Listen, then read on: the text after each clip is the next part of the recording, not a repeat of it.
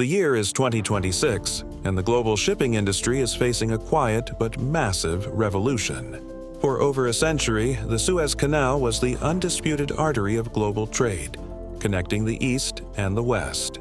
But as Middle Eastern tensions rise and the Strait of Hormuz becomes a military zone, a new, icy alternative is emerging. It's called the Northern Sea Route, NSR. This is a journey across the top of the world through the Arctic Ocean, and it is poised to redraw the map of global wealth and power. Why is this a game changer? Think back to the $600 billion Saudi pipeline. That was a regional solution to bypass a local choke point. The Northern Sea Route is a global solution.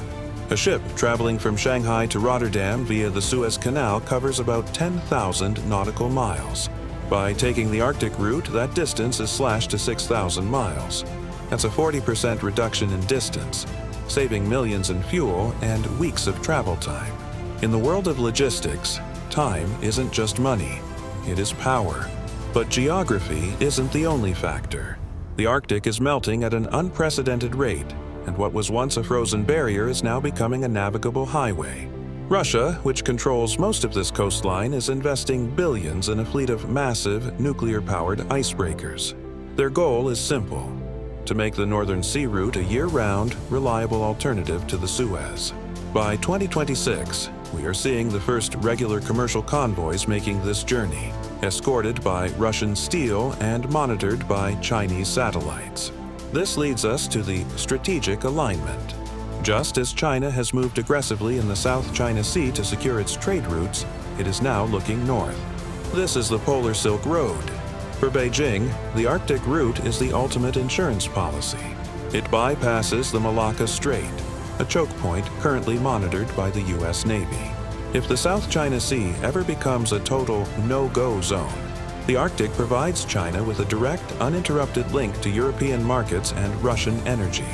However, the Northern Sea Route isn't without its institutional challenges. While it saves time, the Arctic is one of the most hostile environments on Earth.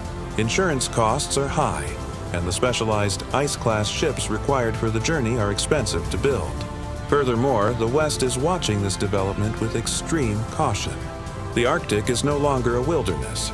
It is a new frontier for NATO and Russia to stare each other down. Every new port built in the Arctic is not just for trade. It has dual-use military potential. For the mature investor and geopolitical observer in 2026, the Northern Sea Route represents the new geography of wealth. Just as the discovery of the Cape of Good Hope once shifted power from the Mediterranean to the Atlantic, the opening of the Arctic will shift power from the south to the north. Countries like Iceland and Norway are suddenly becoming strategic hubs, while traditional transit nations in the south are watching their influence slowly melt away.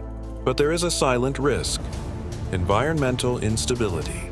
While the melting ice opens the route, it also creates unpredictable weather patterns.